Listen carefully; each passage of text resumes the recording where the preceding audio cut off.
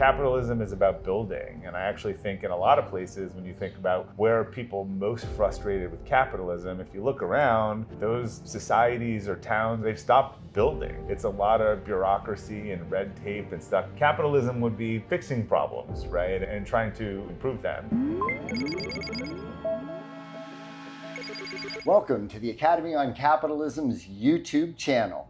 Remember, if you like the video, please hit like. And if you like the video, of course, subscribe so you don't miss. We are very honored to have today with us Robert Glazer, entrepreneur and author, whose most recent book is The Compass Within. We'll be talking about this. We'll link to it below. If you're interested, please click on it. It'll take you to the Amazon page. And an author of many other books too. And I want to just thank you for being here today, Robert. Thanks for having me. What I want to talk to you today about and ask you about is that I think people's lived experiences is affected by how they look at things. And I think that the way many people feel and look about things is they feel stuck in the grind. And because they're stuck in the grind, they judge capitalism accordingly. And I think it leads to one of the biggest sources of criticism and discontent with capitalism. Can we start off like, what part of the story are they missing, or what part of the story about capitalism or their own lives and being in charge might be useful for those wanting to get out of that grind, or to get more from it, or to just get out of the rut?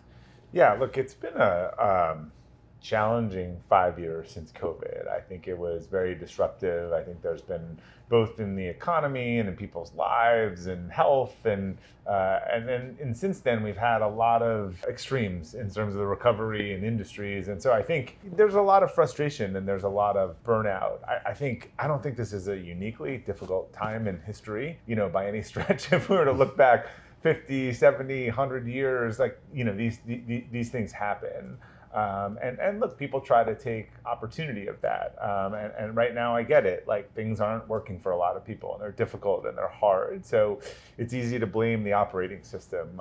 But it's funny because I look around and I was like, look, everyone else trying other operating systems are all rushing here because this looks better. So I think sometimes it's perspective, and then sometimes it's also, I hear people talk about the worst time in history, the worst things. You're like, it's just objectively not the case. If you were to beam someone back, from 200 years ago to now, they'd be like, oh my God, you have this phone and free education and water and house, and there's jobs that you can do that aren't working on the field. So I think we've had this general expectation of wanting better for our kids, and I think that concept reached diminishing returns somewhere kind of a generation ago, where my kids don't need any better, most kids don't need any better, but it's made people think that there's just more, and that more will make them happy.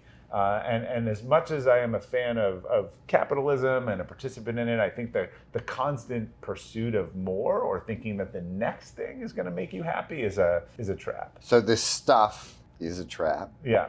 And the more stuff you have, the more you're bound and have to worry about, or you're getting anxious about either what you're not getting or what hasn't been embedded.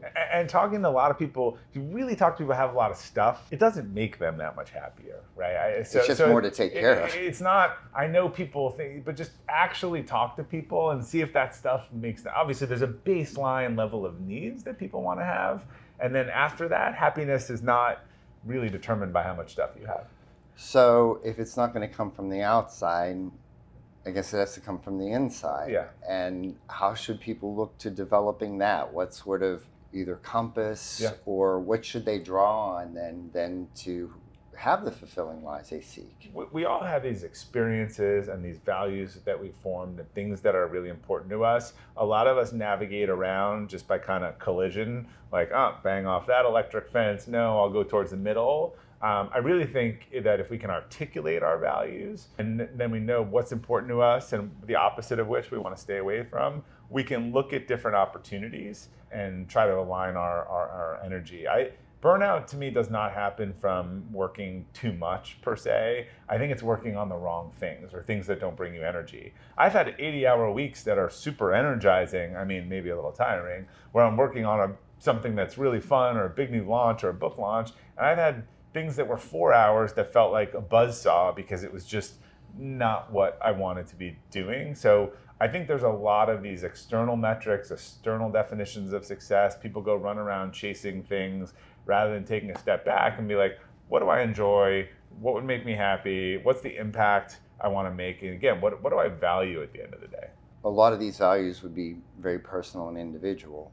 Are there any values that are I don't know if I want to say universal, but are there any that we all should pick up on and help with this? Or is it a totally sort of individual journey where we seek our muse? It's both, right? I mean, objectively, there are things that I think but we wouldn't all agree with them based on cultural implications, right? Like telling the truth, or being a good neighbor. But these are sort of generic platitudes. I think we all, from childhood experiences, have very formative things that sort of set in with us. We're either doubling down on things that really resonated us with importance, or just as often we're running 180 degrees in the opposite direction. And in fact, the amount of people for whom their purpose is connected to their pain that I've talked to is pretty significant. Where what they chose, someone who grew up with a single parent, lonely, and they were working 3 jobs, ends up being a champion of after school programs for kids, and they do a lot of good, but it was something that they were missing. So I think that's where a lot of the clues lie. As I've done this work with hundreds, if not thousands of people at this point, again, you find that they have sort of, through a lot of banging around, tend to get themselves into the right area. But that's like driving through a tunnel with the lights off. You're probably going to get to the other side, but your car is going to be pretty dinged up. I was talking to a gentleman last week, and just as an example, he had a really strong value of no one is better than anyone else, and he had a very formative experience from 10 years old where he heard a neighbor's father just completely devalue a service worker at their house and tell the kid, if you don't work hard, you're going to end up like this contract, and it just sort of set in him early on. Well, it turns out he's been running around building totally flat organizations forever and doing things where there's no hierarchy because he believes that, but he had never really articulated that. And it may be not that everyone doesn't need a boss. It may be that he has to say, hey, look, no one's better than anyone else in our organization. But he had found his way to these things, but had found it through a lot of... Yeah, and so, as you describe it, a lot of... we were humans, we bang around, and we learn from the hard knocks. But I liked your metaphor, we're going through the tunnel with our lights off. Yeah. How would you help us turn the lights on? Well, there's 6 questions in the book and in the story. Okay. You can go to robertglazer.com/6, SIX.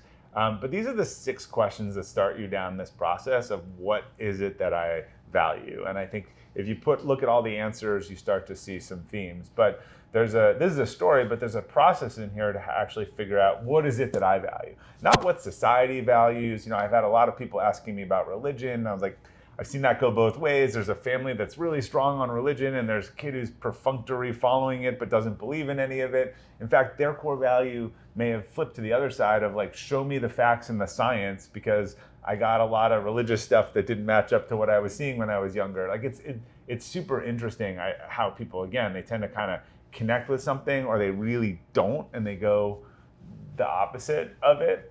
But the societal stuff and the platitudes are where people, I think, fall a little bit into trouble of like, oh, these are the things that I'm supposed to do, versus like, what do I actually like? I mean, we have things that light us up. We have things like, if you're someone who's into building community, like when you're given a task, if I give someone a task at this conference that we're at, to, hey, go round up a bunch of people and let's find a focus group and whatever, they'll be like, great. Or if I say, hey, go run around and like tell people to do things without talking to anyone else, they'll be like, that's not what I like to do, right? So again, I think everyone's just different. They have different DNA, and their exposure to things has produced different results. We talked about the outside stuff, yeah. Right? You need some, but it has diminishing returns. We've talked about an internal journey, the 6 questions, and we'll put the link right below this video. Make sure to check it out. So this internal journey, to circle back, this is a conference on capitalists for capitalism. What draws you to this? How does this connect? I mean, obviously there are people who see this system and want to come here, but for you and what you're trying to do, how does this connect with your purpose and your vision? Yeah, to me, it's about freedom, right? And for me, one of my dominant core values is to find a better way and share it. Like, I want to figure out something. I want to figure out how to make it better. I want to share it. I mean, to me, capitalism is about building. And I actually think in a lot of places, when you think about where are people most frustrated with capitalism, if you look around, those societies or towns, or they've stopped building, right? It's a lot of bureaucracy and red tape and stuff that's not, capitalism would be fixing problems, right? And trying to improve them. So for me, it's really about freedom, like freedom to solve problems, do what you want to do, not have anyone tell you, how it should be. And we're all here because we think there's a responsible, element to that. And we have also responsibilities within a society to others and those who are less fortunate and those who can't do. But yeah, I'm finding the sort of anti-capitalism thing at the moment very ironic when we are flooded with people from non-capitalist societies who are telling you that they want to come here because it's better and it's at least a canvas that they feel like they have a chance with. So following up on what seems like an implication here, a lot of discussions about free speech lately. Yeah. And the importance of free speech, both in terms of expression and truth of ideas, but also people being true to what they are. Usually regulatory structures or people who are advancing regulations simply say something like, well, look, that's just business, or that's just that. Would it be fair to say that what you're saying is like, no, these things that look like regulations actually are regulations on expression and really do have an effect on people's flourishing or their formation of their identity? It's not just out there. When you prevent stuff out there, you're preventing people from finding all the stuff that you're talking about. Yeah, and look, there are problems on both sides. I am not part of either political party, but I find that the both sides accuse the other of doing the same thing they're doing, which is squashing ideas and making ideas unsafe. Look, ideas should never be unsafe. At the same time, I'm a huge free speech proponent, but there are also consequences of free speech. But those should be market consequences. You can say what you want to say, and people don't have to hire you, and they don't have to buy your product.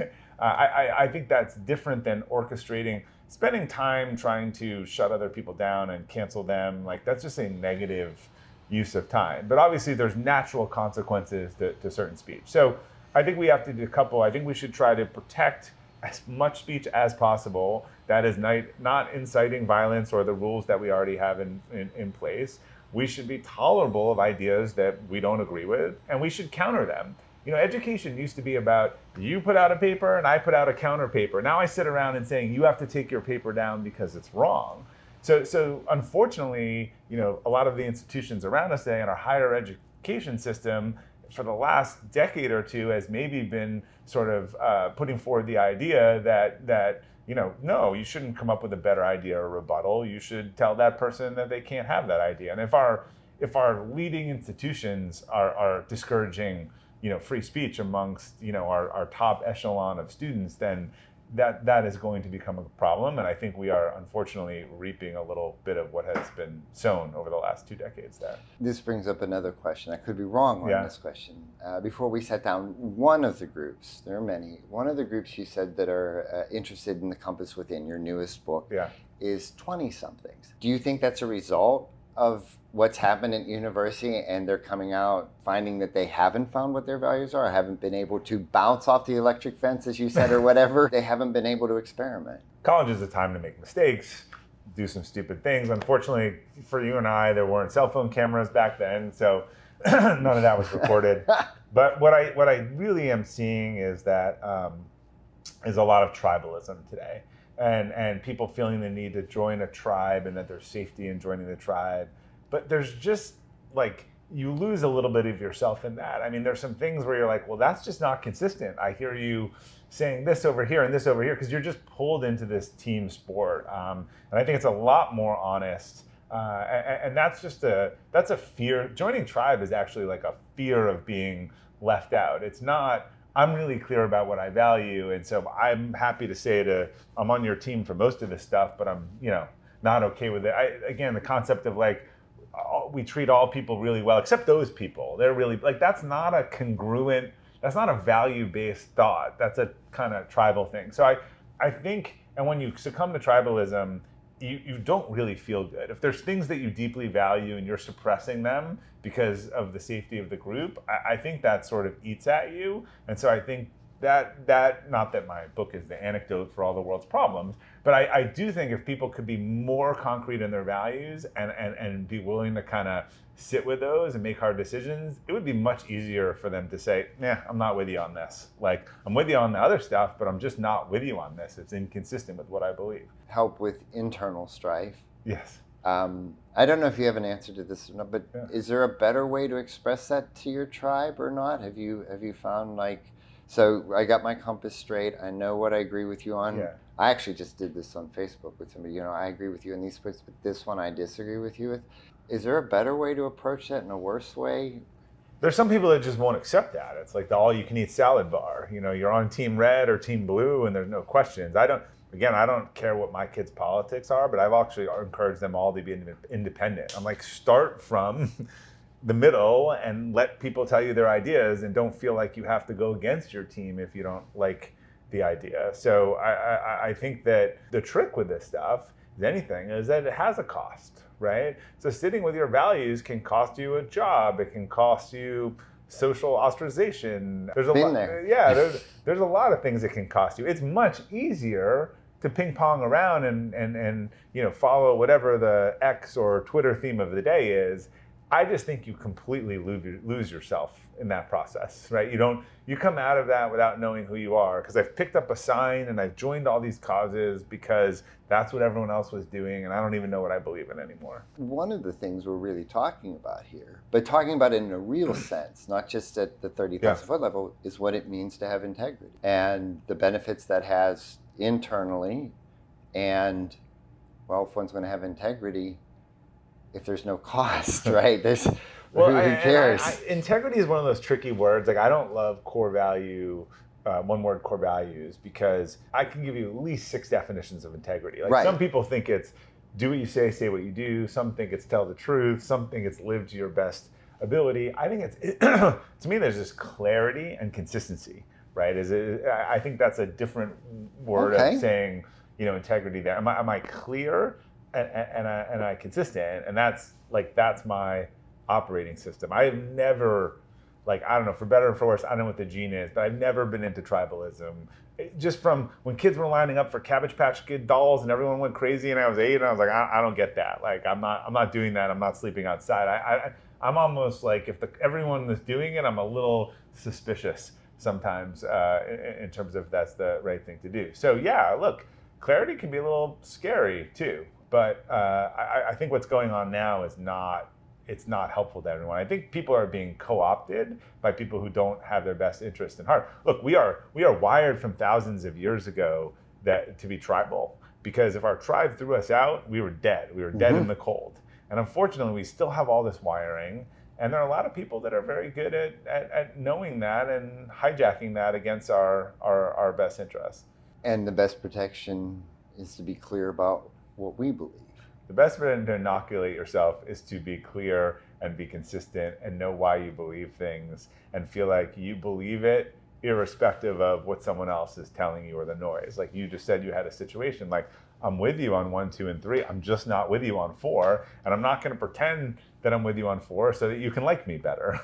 like that is integrity, in one sense of the word. None of the things that you say follow. Sometimes there are consequences you wish weren't, but that's what you have to bear. And look, I feel horrible for, I think, kids who have to grow up with this real-time social media algorithm. That's a lot of pressure, to what, and they learn that, I say this thing I don't really believe, and that's really insightful, and I get more likes, right? And again, I'm training a puppy, like, hey, you get treats for certain behaviors, and you get bad girl for other behaviors, and that's how people modify. I mean, this is as old as time in terms of, I think it was Charlie Munger said, show me the incentive and I'll tell you the behavior, right? And with a lot of social media, the incentive is to join in and, not and do it quickly and and that's a hard thing to avoid. Yeah, and do you think people are afraid to be alone with their thoughts? If you've grown up hooked to a device and you've grown up never waiting in a line or being in the back of a car or being bored or being on a 6-hour trip with no screen, and you haven't really had to be in the back of your head and thinking, then you don't know how to do that.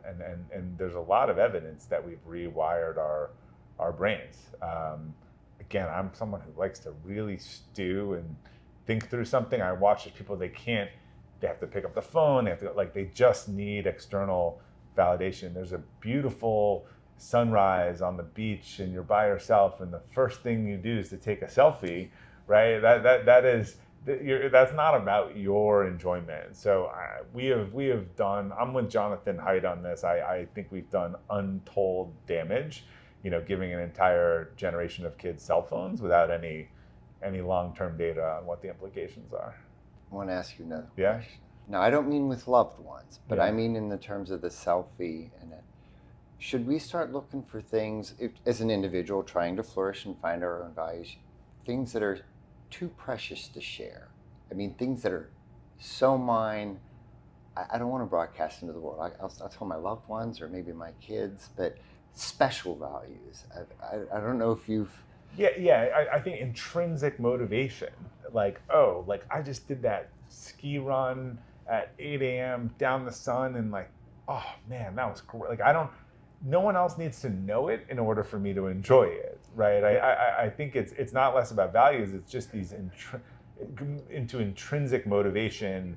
The problem is you want the dopamine hit of the like. I mean, it's a real thing, right? It's like having a quick puff on the cigarette or a drink. It gives you some dopamine, but that is the first thought. So yeah, if we could get back to enjoying things. I mean, one of the things that makes me seems like a little departure, unbelievably uncomfortable. When it's their anniversary and they put basically what should be the inside of their card to their spouse on Facebook or otherwise, and it's really uncomfortable to read it. That should be between you and that person.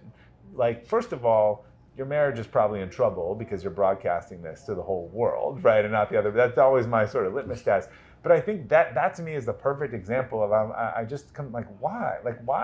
Why would, my wife and I have our 25th anniversary next week. No one needs to read her card that I write but her. It's just, that, and I think that's just the way that people have brought up with this technology and the rewarding and the incentives. It drives the behavior, but it's not healthy. I mean, we are record levels of depression and loneliness and anxiety. So I don't think anyone could look at any of these outcomes and say, "Oh, well, this is great. We should keep doing this." To bring it back full Yeah. circle and to close it out here, these intrinsic motivations, from your experience, just the people you've talked to, worked with, have fed back, do you find that business people and entrepreneurs who have this intrinsic kind of a knowledge of their own intrinsic values, do they do better, or I think do they have an they may not edge? make better marketers, right? Marketers probably a little bit try to figure out what other people like. But I think that people who start businesses and create things, they are so driven by the problem. They are so driven by the solution, right? That they want to solve it for themselves and they want to solve it for other people. There's no validation, because if you ever tried to raise money or propose an idea, everyone tells you it's stupid, right? And that no one needs it, and there's 100 ideas why it won't work. So if you were in this business and everyone would quit if their internal compass or thing didn't say, I think they're all wrong. Even this book, I mean, we've already sold 14,000 copies, made the USA Today list. There were so many people parables don't work. I'm not sure this concept works. They believed in me, but I believed in the idea, right? It's not, if I went around and just, got everyone's opinions, I never would have written this book. Good point. Well, I'm glad that you didn't do that we do have the book. Yeah. Make sure to, once again, check out the link below. I want to thank you, Robert, Thank you again very much. for all of your time, and thank you for viewing. And once again, if you like the video, please hit like. Remember to hit subscribe. And we have a lot of other videos on our site. Go and check them out. Thank you very much, Robert. Thanks again. And have a great day, folks.